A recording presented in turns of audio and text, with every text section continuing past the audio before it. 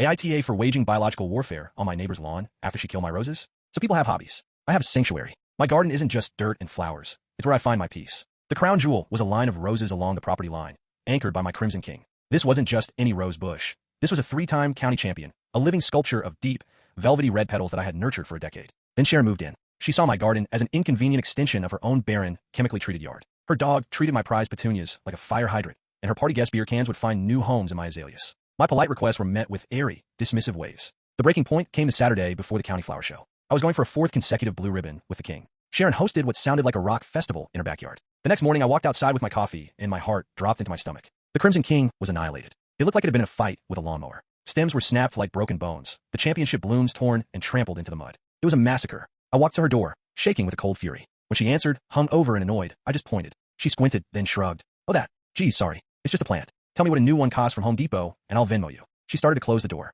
Just a plant. The sheer, breathtaking ignorance of that statement knocked the wind out of me. As I stood there, seething over the corpse of my masterpiece, I heard a rhythmic CHK. Her sprinkler system. Her cheap, badly aimed sprinklers were kicking on, misting a 5-foot wide strip of my yard, the very ground where my roses had been murdered. And in that moment of despair, an idea took root. An idea that was perfectly legal, wickedly poetic, and utterly devastating. That afternoon, I went to a specialty nursery and purchased a cocktail of botanical nightmares. I didn't want seeds, I wanted soldiers. Creeping Charlie, a relentless ground ivy. Japanese knotweed, which can grow through asphalt. And for good measure, a hefty bag of the fluffiest, most virile dandelion seeds money could buy. Under the cover of dusk, I performed a burial rite. I gently tilled the soil where the king had once stood, and I sowed my guerrilla garden. Then, I let Sharon do the rest of the work. Every morning at 6 a.m., her sprinklers would water my agents of chaos. Every 2 weeks, her lawn service would fertilize them. She was diligently cultivating the seeds of her own destruction. First, a few yellow dandelions appeared on her pristine Augusta National Green lawn. Then, the creeping Charlie established a beachhead, a purple-flowered plague spreading from the property line. By month 2, the knotweed was sending up shoots,